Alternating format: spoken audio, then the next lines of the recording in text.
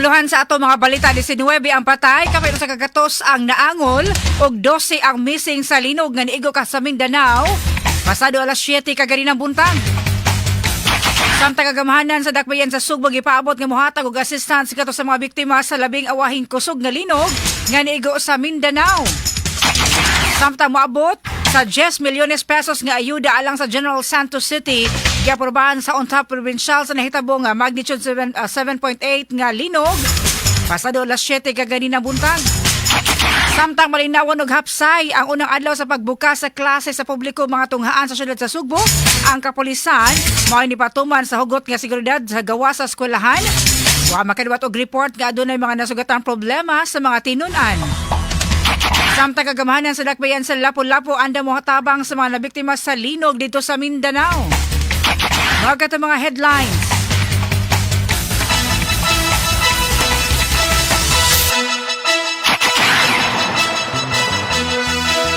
Sugbo, Kabisayan ug Mindanao, Pilipinas, worldwide, maayong hapon. Kini si Radio Man, Aida de la Cruz Tampos.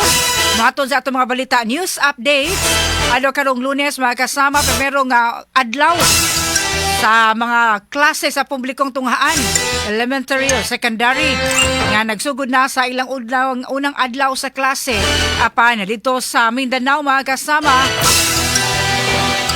alas 7:30 o alas 7:37 kaganinang buntag, samtang ay mga tinun-an naglinya pa. Gumikan sa pag-attend sa ilang mga flag raising ceremonies o mga kalihukan, pag-welcome sa mga tinun-an sa pampublikong tunghaan sa back to school. Nitayog ang 7.8 magnitude nga linog. Unang gitaho sa Feebox nga 7.0 magnitude nga linog. Apan gumikan sa impact o sa dugang pang-assessment sa Feebox, gi-update o gi-upgrade gini nga to sa 7.8 magnitude nga linog, mga kasama.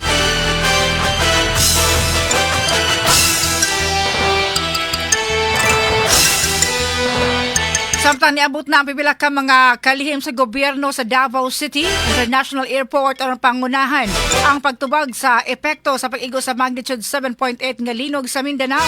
Lakip sa mga niabot ang mga representante gikan sa Department of Health kon DOH, Department of Social Welfare and Development, Department of Education kon DepEd, ug mga Department of Public Works and Highways DPWH nga nagmeeting aron hisgutan ang paghimuong response operation sa mga apektadong lugar dito sa Mindanao. Gikan sa Davao City International Airport, mobisita sa Sarangani ang maong mga opisyal aron susihon ang sitwasyon sa maong lugar.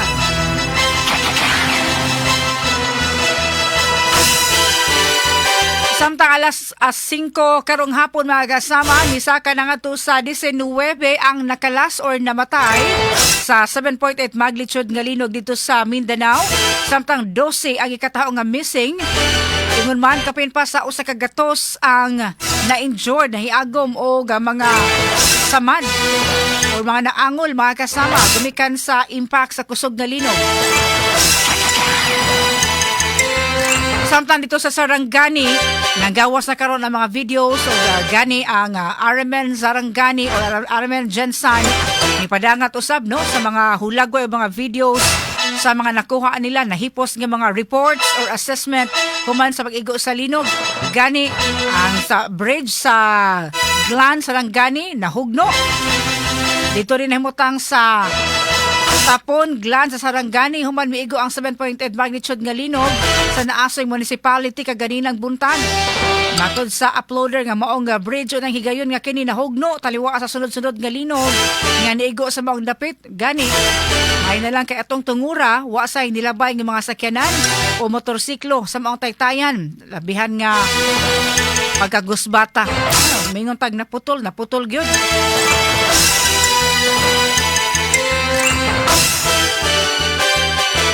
May portion nga natunga gyud nga nibigay ang pikas portion, mga kasama, dito sa Sarangani. At oras alas 5:17 na sa kahaponon, mga kasama, samtang karong hapon na suta bilagi sa monitoring nato sa atong sister station sa Manila DZXL. Dili mo bisita sa pagkakaron Si Presidente Ferdinand Marcos Jr. karong adlaw taliwa sa pagtubag sa gobyerno sa mga naapektahan nga biktima sa linog sa 7.8 dito sa Sarangani. Gani ni padahin noon sa iya mga counterpart, mga gitahasan nga opisyal aron mo ay una nga mo-assess sa sitwasyon dito sa Mindanao, labi na mga nagrabihan nga lugar human na muigo ang linog.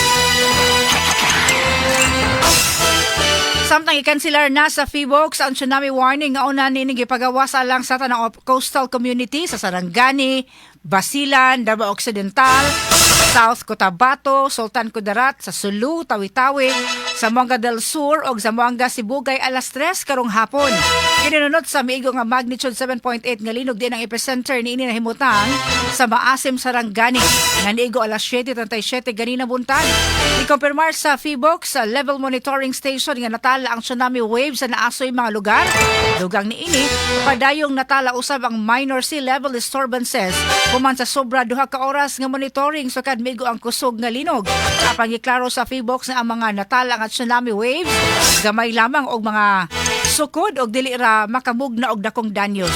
Taliwa sa pagkanselar sa PHIVOLCS sa maong tsunami warning pabilin kinay ni pahimangno sa mga komunidad nga duol sa baybayon nga magpabiling alerto sa mga natural signs sa tsunami o mubakwit dayon sa mas taas nga lugar kung adunay namatikdan sa pagdako sa mga bawod. Karon atong gi-share diri sa atong screen sa mga nag-monitor sa ato ang Facebook page, Facebook live program nato sa DYHP News Updates. Di agyoy baybayon nga medyo ni atras gyud no ang tubig. Una nga padayon nga gi-monitor sa PHIVOLCS sa panamatod pa nga sa pagkanselar niini. Pagkagamay ang tsansa nga mahitabo pa ang tsunami sukad niigo ang 7.8 magnitude nga linog apan padayon gihapon nga pahimangnuan ang katawhan nga pagmatngon o baka mahimong observant sa ilang mga lugar. Simbako no og dunay mga untoward incident pagihapon.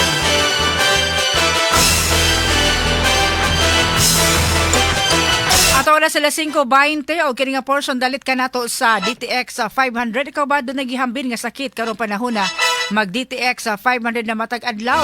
Doon na kani charantinikan sa paliya nga nagsuhid sa insulin function. Kung imong blood sugar mo buhok, kontrolado ang imong BP. Ang pag-inom sa DTX 500 matag adlaw makataba, makapanilot sa imong tulog, makapugong sa mga sakit-sakit sama sa hyperacidity, GERD, fatty liver, skin wrinkles, alopecia o gaban pa. DTX 500 the best choice against diabetes-induced hypertension.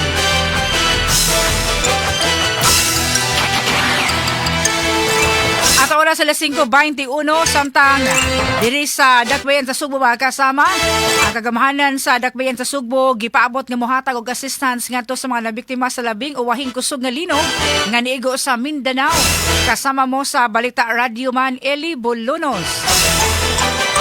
DYHP Tatak RMN Report. Kini mo ang balita hatod nato sa EXL Makabuhay Plus Coffee Mix 17-in-1. Gibabot nga kagamahanan sa Sugbo, mohatag og assistance ngadto sa mga biktima sa labing uwahing kusog nga linog nga niigo sa Mindanao. Partikular na sa General Santos City nga gikitahom mo ay labing naapektahan sa 7.8 magnitude nga linog. Ipasusi pa ni Mayor Nestor Archival ang nagunang panginahanglan sa mga biktima. Ang chairman sa Cebu City Disaster Risk Reduction and Management Council nga si Konsehal Dave Tumulak mao gitahasan sa mayor niini. Ipakontak ko sa ang Jensen ug unsa gay ilang ginaliang panginahanglan ug unsa say matabang sa atong dakbayan gipasusi lang niya basin makatabang. Si Konsehal Dave Tumulak na serang away-ubay na ang gikatahon nga kalas sa nasgutang kalabidad gawa sa mga individual nga nagpabilin pang missing. Mga kasama ang EXL Coffee Mix 17-in-1. Kini ang perfect coffee for you. Duna kini spirulina nga dunay powerful antioxidant ug anti-inflammatory properties. Makatabang ipaubos ang cholesterol and triglyceride levels. Dunay anti-cancer properties, maka-reduce sa blood pressure ug makatabang sa mga dunay allergic rhinitis gawa sa spirulina. Duna sab kini native purple corn, arabica, ginseng,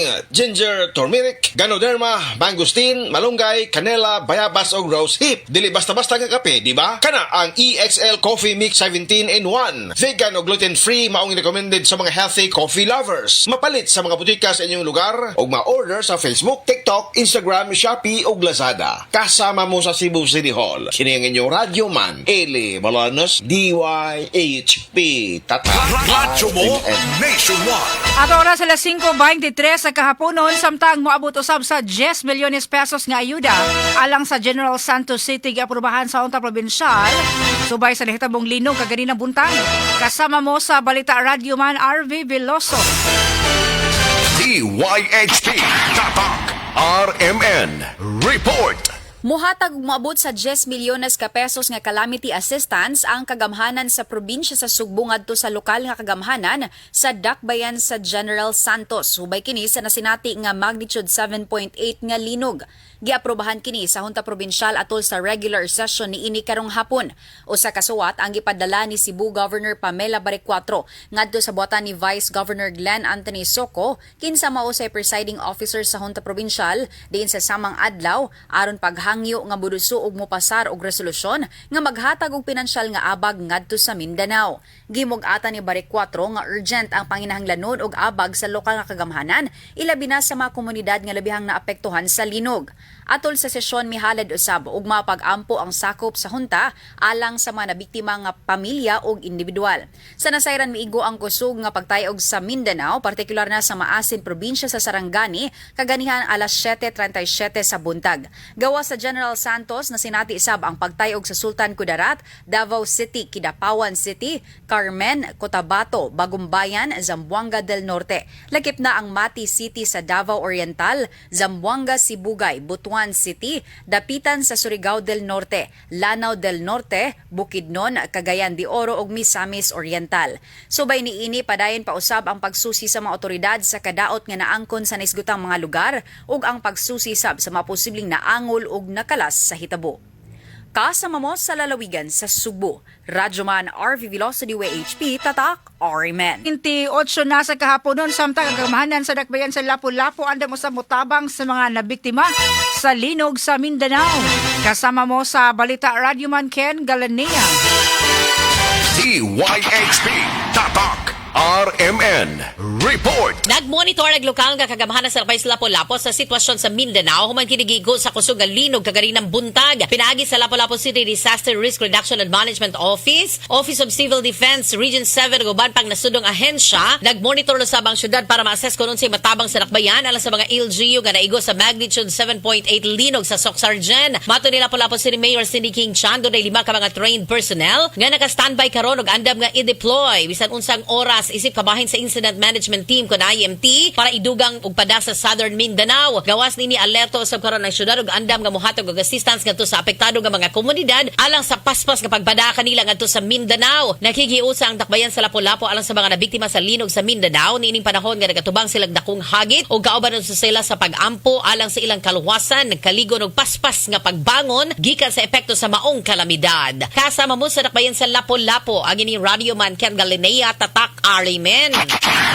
Radyo mo nationwide. At oras alas 5:30 sa kahaponon, gisuspenso sa Senate Blue Ribbon Committee ang consultative meeting karong adlaw Hunyo 8 aron tubagon ang natabong magnitude 7.8 nga linog sa pipila ka mga lugar sa Mindanao. Imong priority karon ang pagresponde sa linog nga niigo sa Mindanao. Gawas niini wala usab nito nga ang 18 ka mga ex-bodyguard katong ex-marine mao na nga gisuspenso lag una ang maong consultative meeting.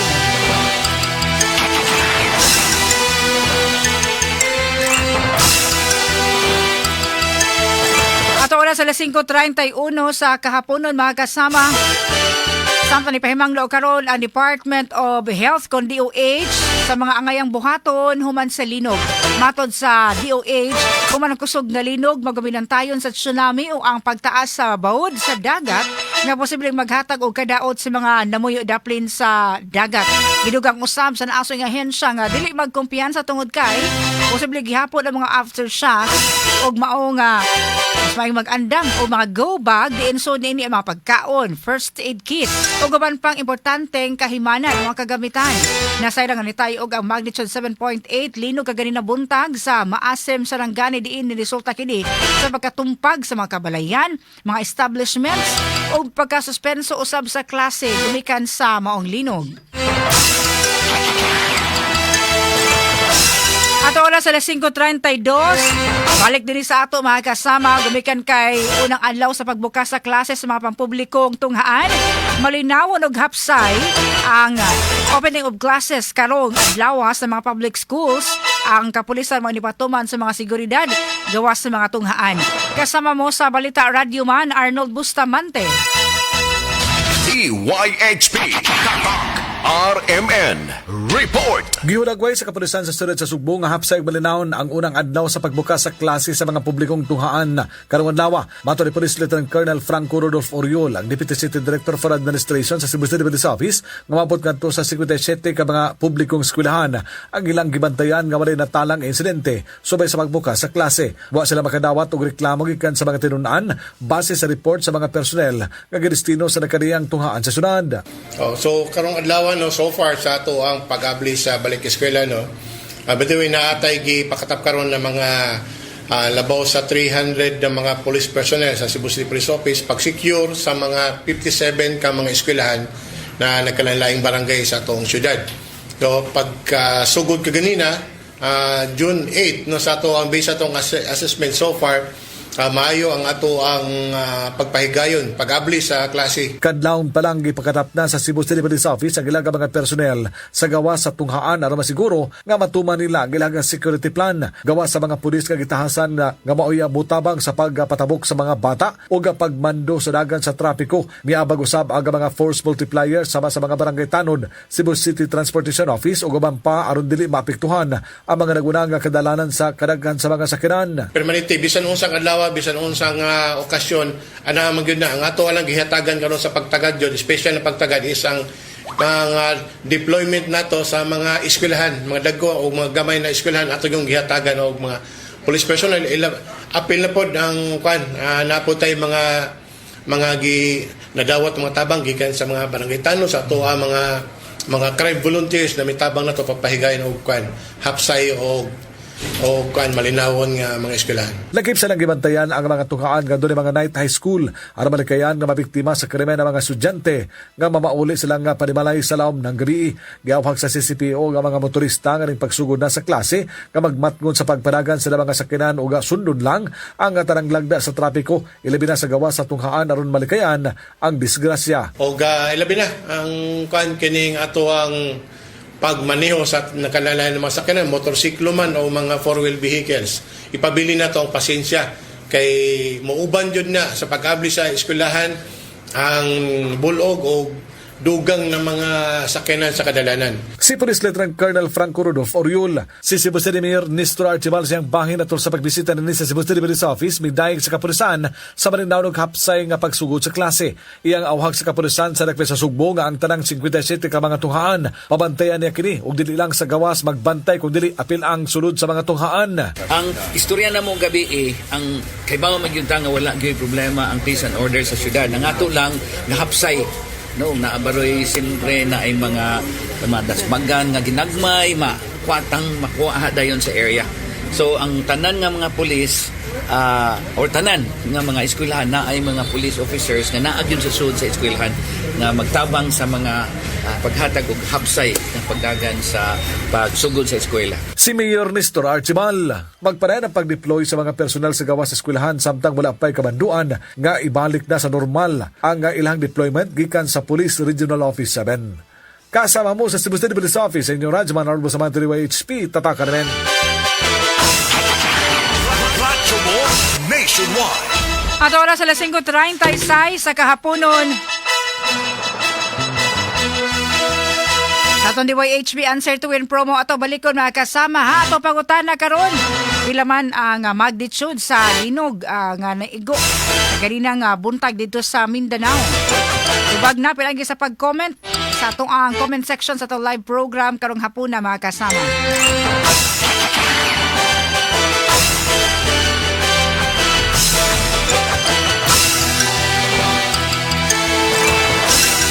Samtang sa dugang pang balita, si DepEd Secretary Sani Angara niluwat og pamahayag kalabot sa pagtubag sa ahensya human miigo ang magnitude 7.8 nga linog sa Mindanao ning unang adlaw sa klase. Sayod kita gumikan sa impact. Dagan ng mga school buildings ang nahugno. Mga school buildings ang naguba. Gumikan sa maong lidong katong. Kuha ang report ni Radyoman Remart Pugoy. DYHP Tatak RMN Report. Kini nga balita hatod kanato sa Life Extension Vitamin D3. Sa detalye sa atong balita, niluwat og pamahayag si Department of Education kon DepEd Secretary Sani Angara kalabot sa pagtubag sa ahensya. Human miigo ang magnitude 7.8 nga linog sa Mindanao Region atol mismo sa pagbukas sa klase karong adlaw. Matod ni Angara nga nakig-alayo na ang DepEd sa regional ug division offices sa mga tunghaan nga naapektuhan sa maong kalamidad, particular na sa Sarangani, Mindanao ug kasikbit nga mga probinsya. Kasama mo sa Department of Education, Radyoman Remart Pugoy, DYHP, Tatak Aramen. Samtang atong dugang balita ni himo na ang Department of Energy kon DOE og assessment sa critical infrastructure minot sa niigong linog sa Sarangani Province ug sa mga kasikbit nga lugar. Ini nga person dalit ka nato sa Rexadol Forte. Bakasyon ready na bang tanan dekan kaayo nga pwedeng buhaton ang atuon karon pero saya mga plano kung maigo ka sa bugat nga naay kauban nga pamaol, sakit sa ulo og hilanat. Pero dili man nato makontrol ang init sa panahon na atay diskarte sa bugat ug sa uban pag dungan-dungan nga mga sakit. May diskarte Rexadol Forte kaya banatan di lang ang bugat bisan pa og naay kauban nga pamaol, sakit sa ulo og hilanat.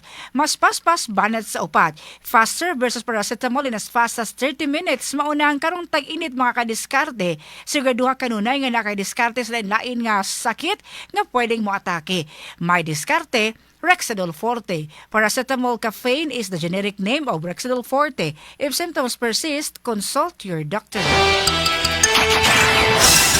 Ato oras sila 5:40 sa kahapon. Duga pa mga balita kasama sa itong pagbalik human sa mga pahinomdom.